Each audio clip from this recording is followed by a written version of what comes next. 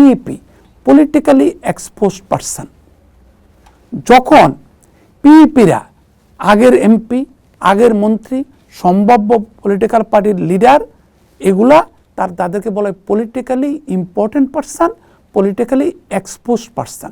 তাদের ব্যাপারেও আমাদেরকে সর্বোচ্চ লেভেলের ক্লিয়ারেন্স নিতে হয়।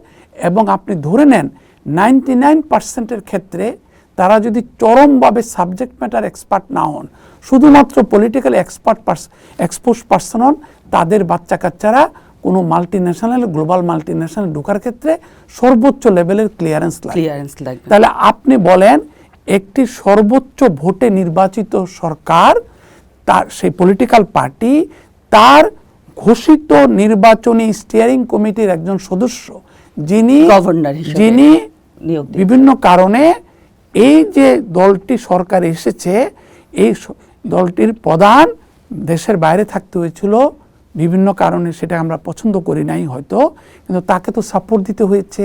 বাংলাদেশে কি হয়, এই সাপোর্ট যতটুকু আমি জানি সাপোর্ট সিস্টেমেরও যারা কাজ করেছে, এমনকি বিলেতে গিয়েও তার মধ্যেও কিন্তু উনি ছিলেন। তো সেই ক্ষেত্রে significant public figure, politically important person, PEP সবগুলোর মধ্যে কিন্তু উনি পড়েন।